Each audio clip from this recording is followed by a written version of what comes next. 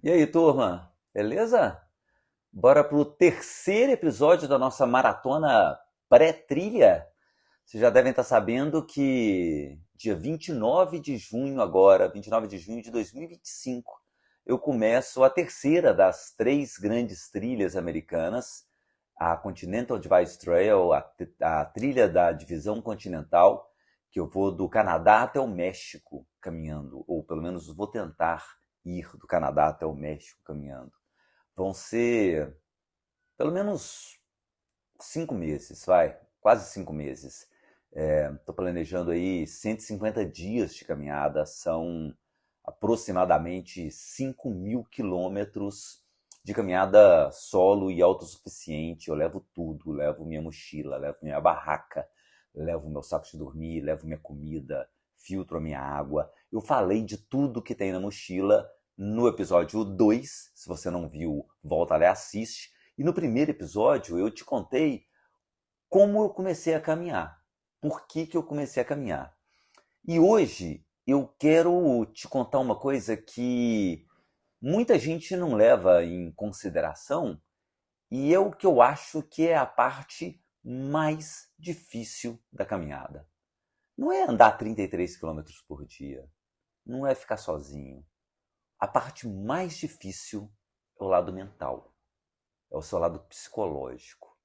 É você enfrentar você mesmo. É você enfrentar os seus demônios. É você enfrentar os seus pensamentos. É você andar ali horas pensando e vindo um monte de coisa na sua cabeça e você ter que lidar com isso. Você ter que lidar com a solidão, você ter que lidar com a saudade. Né? O cansaço físico passa. Agora a saudade só aumenta, cara. É doloroso. É doloroso você ficar tanto tempo longe de quem você ama, longe da sua família, se você tem filho, filha, namorado, namorada, pai, mãe, irmão, irmã, amigos. No caso das trilhas que eu faço, que são em outro país, tem um outro problema que é a língua, né? Eu fico o tempo todo, não, o tempo todo que eu encontro com outras pessoas, falando um idioma que não é o meu, me expressando é, com palavras que eu não tenho no meu vocabulário no dia a dia. E você só consegue usar a linguagem quando você tem linguagem. Né? Tem povos que não têm palavra que significa, por exemplo, passado. Existem povos que não têm palavra que significa o passado. Então eles vivem eternamente no presente. Então, se você não tem linguagem, você não consegue se expressar. É engraçado porque quando eu estou fazendo uma caminhada e acontece alguma coisa feia, quando eu levo um tombo, quando eu bato a cabeça, tipo, vou colocar uma foto que eu machuquei a minha cabeça, que eu bati num tronco, eu não falo inglês. Eu não falo merda. Eu não falo oh shit. Eu falo é isso. É isso que eu falo. Né? Porque esses sentimentos mais que vem mais lá de dentro mesmo da alma, assim, você consegue expressar só no seu idioma, cara. Você só consegue expressar na sua língua materna. É difícil você expressar sentimentos tão fortes num idioma que não é o seu. Então, esse lado mental, psíquico, emocional é o mais difícil de uma caminhada de longa distância. Eu vi pouca gente desistindo de uma trilha como a Appalachian Trail ou a Pacific Crest Trail, duas trilhas que eu fiz de 3.500, 4.200 quilômetros, porque machucou. Pouquíssima gente. A maioria das pessoas que eu vi desistiu porque estava com saudade, eu estava sentindo falta de casa, eu estava sentindo falta de uma pessoa. Eu vi veteranos do exército, cara. Gente que eu falava assim, porra, isso aí vai até o final, porque o sujeito é brabo. E o cara falava, meu, não dá. Tô com saudade da minha filha. Tô com saudade da minha mãe. Meu irmão ficou doente. Perdi um amigo. E esse tipo de coisa, você lidar com isso quando você tá na trilha, é barra pesada. É barra pesada. Se você faz uma trilha pequena, é mais fácil, né? Você sabe ali quando você vai voltar, você já programou 2, 3 dias e ok.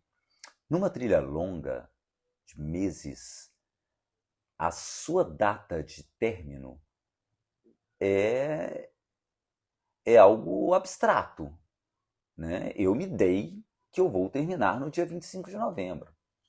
É uma data que eu me coloquei. Dia 25 de novembro eu tenho que estar de volta no Brasil. Eu tenho que terminar antes disso. E qualquer coisa que aconteça nesse período, se eu quero realmente terminar a trilha, eu vou ter que resolver comigo mesmo. E tanto é, a coisa tão. Dois exemplos. A coisa tão pesada, esse lado da mente, da cabeça, do psicológico, da caminhada, que eu tenho 3 números no meu spot que eu uso para comunicação em caso de emergência, que é o número da minha esposa, tá, Ale? O número do meu psiquiatra e o número da minha terapeuta. São os 3 números que eu tenho salvos. E é para eles, né? É para eles que eu vou ligar caso eu fique mal, né? Mal psicologicamente. Um outro exemplo que eu ia dar de como isso interfere, e é uma coisa muito sensível para mim. Eu morei na Austrália uns anos. Eu fiz um mestrado na Austrália. Para quem não sabe, eu trabalho com planejamento e direção de eventos. Eu fiz um mestrado em eventos na Austrália. E pouco antes de eu voltar para o Brasil, eu fui correr a meia maratona de Melbourne. Eu morava em Sydney. Na véspera da meia maratona, eu recebi a notícia que meu pai tinha falecido. Não tinha nada que eu podia fazer. Né? Um voo da Austrália para cá é um dia. Né? Se eu chegasse aqui, meu pai já estaria enterrado. E o que eu tinha para fazer era correr. E correr uma meia maratona com a imagem do seu pai na cabeça sendo enterrado é difícil pra caramba. É difícil pra caramba. Não era a primeira meia maratona que eu estava correndo, já tinha corrido outras, mas nenhuma foi tão difícil quanto essa. Porque é o mental, né? É o seu lado emocional. Mas nem tudo está perdido. Nem tudo está perdido. Tem algumas coisas, cara, que você pode fazer para amenizar isso. E a primeira coisa é tentar criar conexões humanas mais profundas na trilha. Fazer amigos de verdade. Eu gosto de caminhar sozinho. Eu caminho sozinho o tempo inteiro. Mas nas 2 trilhas que eu fiz, eu mantive conexões com outros caminhantes que eu ou acampava próximo deles, ou parava para poder lanchar, pegar água e conversava, ou marcava de encontrar no final do dia para tomar uma cerveja, ou encontrava na cidade. E eu fiquei amigo dessas pessoas, né? Do Wash Bear, do Change e do Senator, americanos que estavam fazendo a trilha, que estavam ali com o mesmo objetivo que eu, quero completar a trilha. E eu fiquei amigo desses caras. E essas conexões humanas te ajudam a amenizar esse sofrimento. Você cria novos amigos, e criar amigo é fácil quando você está na trilha, né? Ou você vai ficar amigo de quem está caminhando, ou você vai ficar amigo do urso. Do urso não é muito fácil, então você fica amigo de quem está caminhando. Tiveram outras pessoas que eu caminhei, não só esse. Você conhece algumas pessoas, né? A Blueberry, eu conheci aqui, né? A Mani, o Ben, que eu conheci aqui, que estavam comigo quando eu tive um incidente. E aí essas conexões fortalecem muito. Outras pessoas que você pode se conectar em uma trilha de longa distância são as pessoas que estão envolvidas na trilha de alguma forma. Voluntários, que você encontra com alguns deles fazendo o manejo da trilha. E eu sempre agradeço, sempre passo, tento bater uma conversa. Muitas vezes essas pessoas acampam ali perto da onde eles estão fazendo manejo e ficam lá tipo uma semana, né? Tirando tronco, serrando tronco. Tem áreas de wilderness, áreas de reserva dentro das florestas nos Estados Unidos que você não pode levar nem motosserra. Então as pessoas serram na mão mesmo, ali como se fazia antigamente. E aí eu paro, às vezes dou um chocolate, às vezes bato uma conversa com essas pessoas e tal.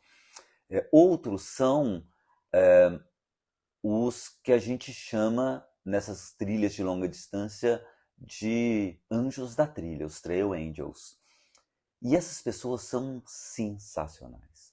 São pessoas que, de alguma forma, se sentem conectadas com a trilha, seja porque moram perto da trilha, ou porque têm vontade de fazer a trilha e nunca fizeram, ou porque alguém da família está fazendo ou já fez a trilha, ou a própria pessoa já fez a trilha. E muitas dessas pessoas tiram alguns dias da vida delas, as férias delas, para fazer alguma surpresa para quem está caminhando uma trilha de longa distância. E essa surpresa pode ser um cooler com uma refrigerante, uma água gelada, ou pode ser um mega churrasco, ou pode ser... Cara, tem um caso que aconteceu na Appalachian Trail que eu não vou contar, você tem que ler o livro, porque se eu contar eu vou chorar, porque nunca vi nada igual. É impressionante da bondade das pessoas. Um cara que durante 15 dias ele faz uma surpresa para 9 caminhantes a cada dia. E é incrível, assim. E aí você passa a confiar mais nas pessoas. Eu falo que essas trilhas me fizeram restaurar a fé na humanidade. E eu tô falando de americano, que a gente mete o pau muitas vezes, né? As pessoas são boas, cara. Seja na Califórnia, Oregon, Washington, nos estados democratas, nos Estados Unidos, mais liberais, seja nos estados do cinturão bíblico católico do sul dos Estados Unidos, Carolina do Norte, Tennessee, Virgínia. As pessoas são boas. São boas. Ah, pode acontecer crime? Pode acontecer. Tem vários casos de crimes que aconteceram na Appalachian Trail, por exemplo. Mas isso pode acontecer em qualquer lugar, né? Pode acontecer na esquina daqui de casa. Pode acontecer aí na sua casa, pode invadir a sua casa. Então, assim, fazer essa conexão e ter essa conexão com essas pessoas é muito importante. Tem uma coisa que eu tinha escrito aqui que é o seguinte, que antes da primeira montanha vem o medo. E é o medo de falhar, é o medo de não conseguir, é o medo de se perder, é o medo de não dar conta. E esses medos você não resolve com um par de botas ou um par de tênis novos ou com um equipamento que eu citei no vídeo passado. Você resolve internamente, né? Então, é importante ter medo. Não ter medo é uma babaquice. Falar, não tenho medo. É burrice. Você tem que ter medo. Você está indo para o desconhecido, cara. Você está indo para um lugar que você não sabe o que você vai enfrentar. Mas você tem que ter medo, mas você tem que saber dos seus limites ao mesmo tempo. E você tem que saber como enfrentar esse medo. E como você vai agir quando algo sair fora do que você planejou. Porque eu passo semanas, meses, ano essa trilha, por exemplo, planejando. Mas é um planejamento que eu estou aberto para qualquer coisa que acontecer ali. É, e aí o medo é parte disso. Né? Eu estou morrendo de medo dessa trilha. Lógico que eu tô. Tem urso pardo, tem coiote, tem leão da montanha, tem ser humano, que é um bicho doido, o segundo bicho que mais mata no mundo. E tem o bicho que mais mata no mundo, que é o mosquito. Entendeu? Então, assim, tô com medo, lógico. Sou humano, né? Mas, mas eu aprendi a enfrentar esse medo, a encarar esse medo de frente, a chegar no primeiro dos 5.000 quilômetros que eu vou caminhar e me preparar emocionalmente, psicologicamente, mentalmente para o que vai vir pela frente. Porque pode vir de tudo pela frente. Né? Então, ter medo é parte do processo. Não ter medo é ruim. Você tem que ter medo. Uma vez eu tinha colocado tinha feito um post do ciclo do caminhante de longa distância. E que é uma coisa super verdadeira, assim, cara. Primeiro começa com a euforia. Tudo é novo, tudo é bonito, tudo é bacana, tudo é diferente. Você tá ali, uau, vai ser legal pra caramba fazer essa trilha. Passa alguns dias ou semanas, para algumas pessoas horas, você entra na dúvida. Tipo, será? O que eu tô fazendo aqui? Por que eu não tô em casa? Por que eu tô no conforto do meu sofá, vendo televisão, luz elétrica, né? Comendo uma comida quentinha, boa, gostosa, franguinho assado. Aí depois disso vem o cansaço. E aí é um cansaço físico e um cansaço mental. Né? Porque caminhar durante muito tempo é muito desgastante. Fisicamente, psicologicamente, você fica muito esbugalhado. Porque tem os dias que são bonitos, mas na maioria das vezes é repetitivo, cara. É acordar, andar, comer, dormir. Acordar, andar, comer, dormir, acordar, andar. Durante 4 meses. De vez em quando aparece algo de extraordinário. Olha, uma montanha, olha, uma neve, olha, um urso, olha, uma pessoa bacana. Mas no geral é repetitivo. É um trabalho mecânico ali, é você caminhando, seu corpo vira uma máquina de caminhar de passo a de passo e a sua cabeça funcionando. Né? Por isso que eu acho que caminhar está ali presente, se não em todas, na maioria das religiões. Porque você não faz mais nada, você só pensa. Né? Então caminhar tá na religião católica, né? No caminho de Santiago de Compostela, tá no budismo, no caminho dos templos, tá no islamismo, tem que ir para Meca, tem que.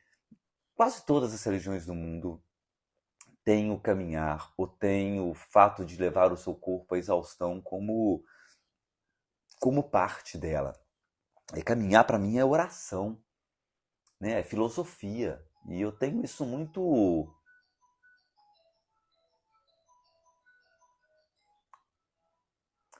Caminhar para mim é oração, é filosofia. E eu tenho isso muito, muito dentro de mim. Né? Mas, apesar de gostar de caminhar em silêncio, sozinho, sem falar, pensando, filosofando, desenvolvendo os meus pensamentos, é, tem hora que é preciso quebrar isso. Tem hora que eu coloco o fone de ouvido e canto a plenos pulmões na trilha. Alguma coisa que eu gosto. Tem hora que eu coloco o meu fone de ouvido e saio dançando na trilha, igual louco. Porque é importante você quebrar esse, essa constância ali, né? Do silêncio e do caminhar. Ah, e aí eu quebrei, falando em quebrar, eu quebrei o ciclo. Então, o ciclo, você tá na euforia, sai da euforia, você passa por esse momento de dúvida, você tá na dúvida, você vai pro cansaço, aí chega um momento de clareza, que esse momento você fala assim, é por isso que eu tô aqui. É por isso que eu larguei tudo e vim caminhar. É por isso que eu tô há 3 meses caminhando para chegar nesse estágio que eu cheguei. E aí é essa proximidade com a religião, com a oração, com a filosofia, tudo esclarece. Faz só... Você fala assim, caramba, é isso. Caminhar me traz isso. E essa é a beleza do caminhar. Só que aí, você entra nesse estado de presença, né? Você fica mais consciente, você sabe o que tá, por que você está ali, por que você está caminhando, e aí acaba. E aí termina. E aí quando termina, você fala, o que eu vou fazer amanhã? O que eu vou fazer amanhã? Se eu tô há 120, 130, 140 dias acordando, caminhando, comendo, dormindo, acordando, caminhando, comendo. E aí te bate uma depressão pós-trilha, que é super comum. Eu já falei sobre isso, já escrevi sobre isso, já tem podcast sobre isso. A depressão pós-trilha é fato, você fica deprimido. Até você voltar ao ciclo, até você falar, não, peraí, eu preciso fazer uma caminhada para sair dessa depressão. Que foi porque eu comecei a caminhar, tá lá no primeiro episódio dessa maratona. E aí o ciclo retoma, recomeça. E tem uma coisa que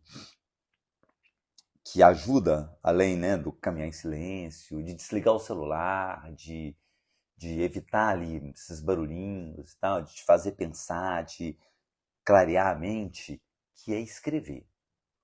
E te ajuda de várias formas. Esses livros aqui, ó, meu livro sobre a Appalachian Trail, meu livro sobre a Pacific Crest Trail, não existiriam se eu não tivesse um diário. Eu sou minimalista e gosto de coisa moderna, eu escrevo no celular mesmo, esse mesmo celular que eu estou usando para gravar. Mas escrever à mão é mais legal. Eu não levo caneta, não levo papel, eu escrevo no celular. Mas eu escrevo toda noite. Meu ritual é acordar, caminhar antes de dormir, né, comer, e antes de dormir eu entro na barraca e escrevo o meu dia. Não gravo áudio, eu escrevo mesmo, fico ali digitando e escrevendo tudo que aconteceu no dia.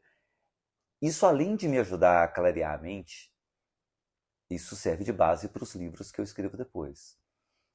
E por mais que você queira, você não vai lembrar de tudo. Você não vai lembrar de todos os nomes, você não vai lembrar de todos os lugares que você passou, você não vai lembrar dos cenários, você não vai lembrar das coisas extraordinárias. Então, escrever ajuda nisso. E, e é algo que eu recomendo que você faça.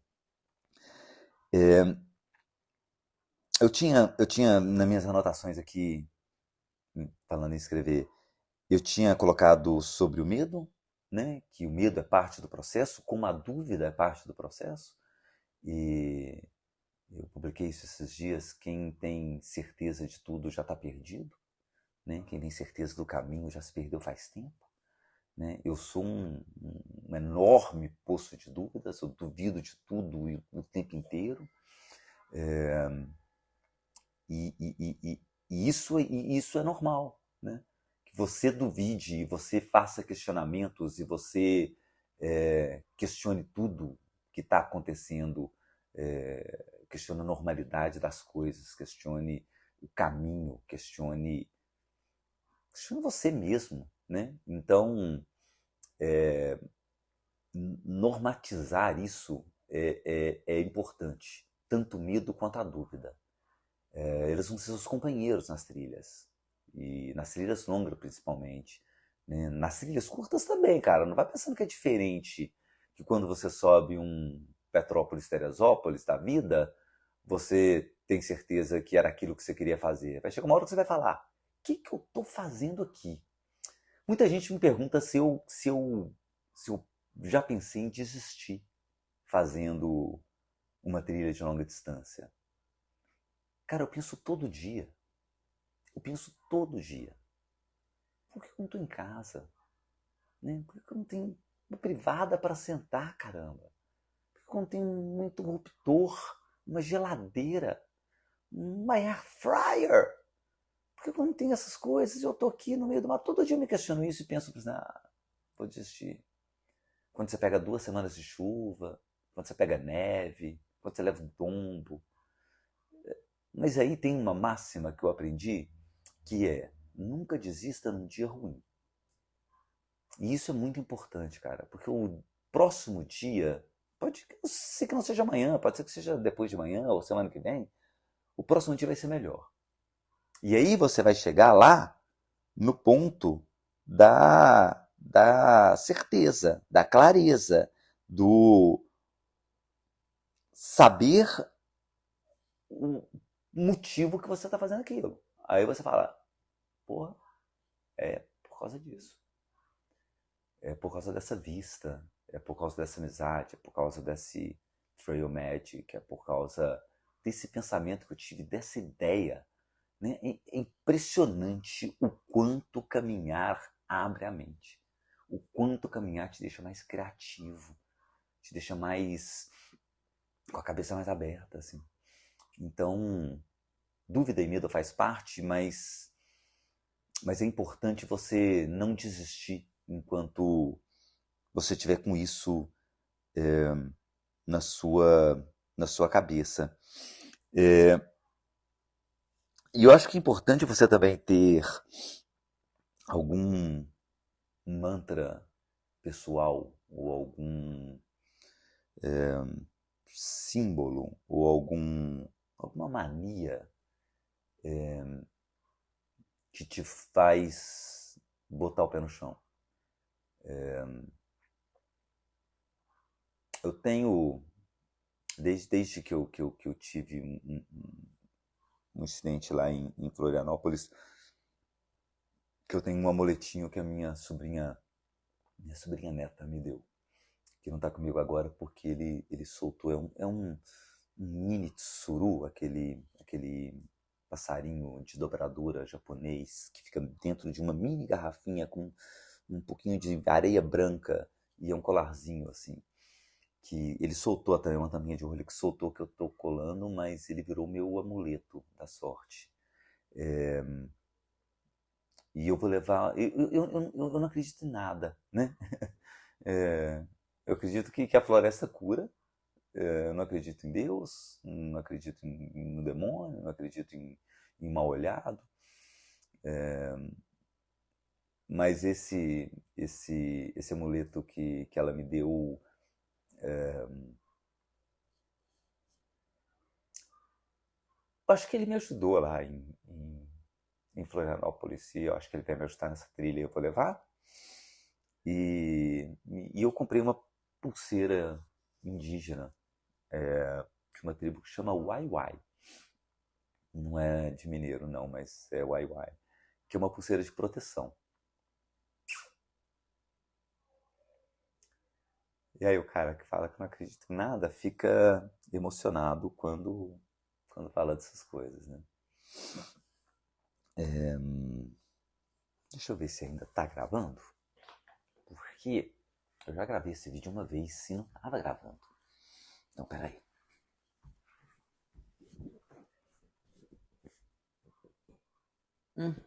Tá. Tá gravando sim. Então posso continuar. Então,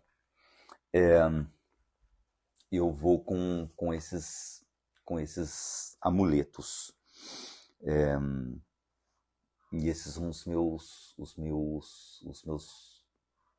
os meus símbolos de proteção.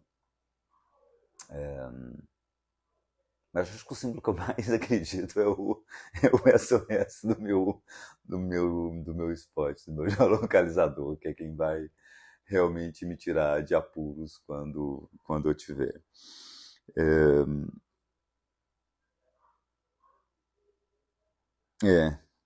Cara, eu acho que uma coisa que a gente tem que ter ciência quando a gente faz uma trilha, eu não gosto de falar aventura, mas quando a gente entra num desafio desse tamanho, é que a caminhada ela começa muito antes do primeiro passo. Ela começa quando você para e decide encarar esses medos e esses desafios. Quando você tem ciência do que você vai enfrentar e você se entrega, sabe, de corpo, alma e mente a enfrentar o que vier pela frente. E caminhar te faz sentir isso, né? Caminhar traz essa clareza, te traz esse movimento, te tira da inércia física e mental. Não sei se eu falei isso no outro vídeo, ou se eu falei na versão desse vídeo que eu perdi, mas é que eu fui fazer o caminho de Santiago. Não sou católico, não acho que os restos mortais de São Tiago, sei lá, qual santo, tá lá na catedral. Eu acho que é tudo uma super jogada de marketing da Igreja Católica e tudo bem, vai, podem me crucificar por causa disso. Mas quando eu fui fazer o caminho de Santiago, eu só fiz porque eu já estava de saco cheio de toda vez que eu falava que eu fazia caminhada de longa distância, alguém me perguntasse se eu já tinha feito com Santiago de Compostela. Era a primeira coisa que todo mundo perguntava. E todo mundo é muita gente, mas muitas das pessoas me perguntam ainda hoje se o caminho de Santiago de Compostela é realmente santo.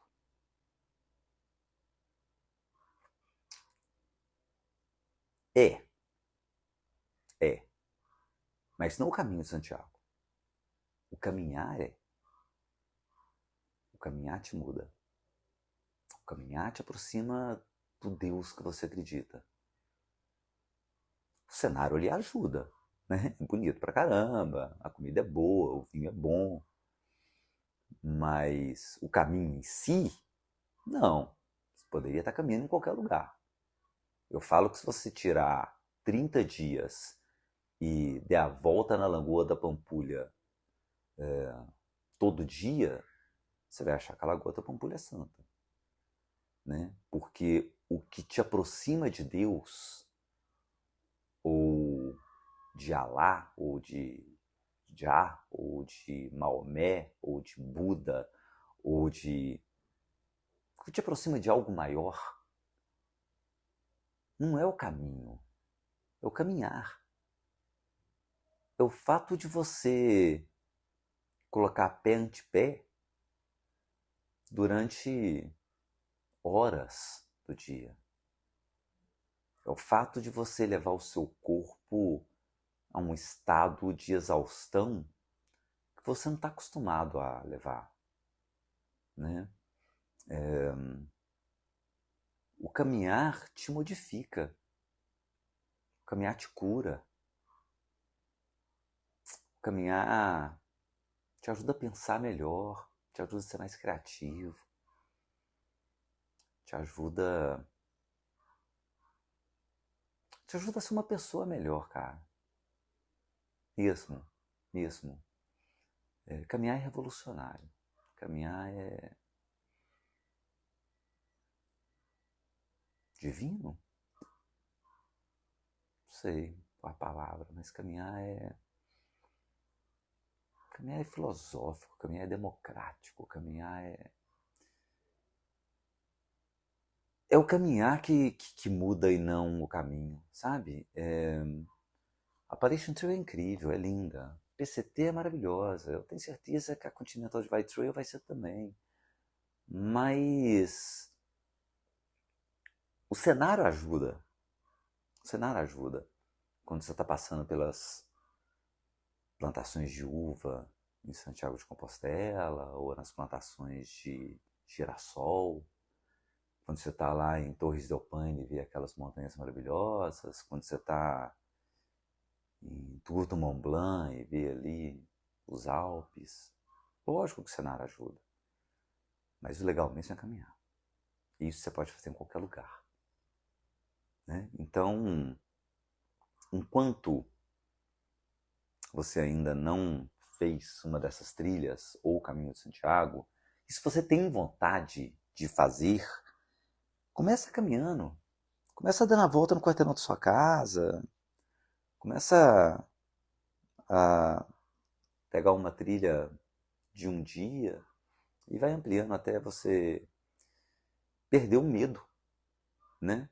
Até você sair da inércia, até você quebrar essa paralisia que você tá. E aí você vai só ampliando, cara. Né? Eu comecei fazendo trilhas pequenas quando eu morava na Austrália. E quando eu voltei para o Brasil, fui fazer uma trilha um pouco maior. E fui ampliando, E agora vem essa de 5.000 quilômetros que eu começo dia 29 de junho. Então é o seguinte, me conta uma coisa, cá entre nós aqui, ó, olho no olho. Qual que é o seu medo? Você tem algum medo que te impede de começar a caminhar? O que te impede? Me conta, escreve aqui embaixo, aqui. Se quiser me mandar uma mensagem, manda uma mensagem. Bota lá na minha outra rede. Vamos conversar sobre isso. Talvez eu possa te ajudar, talvez não. Talvez esse medo seu seja o mesmo que o meu.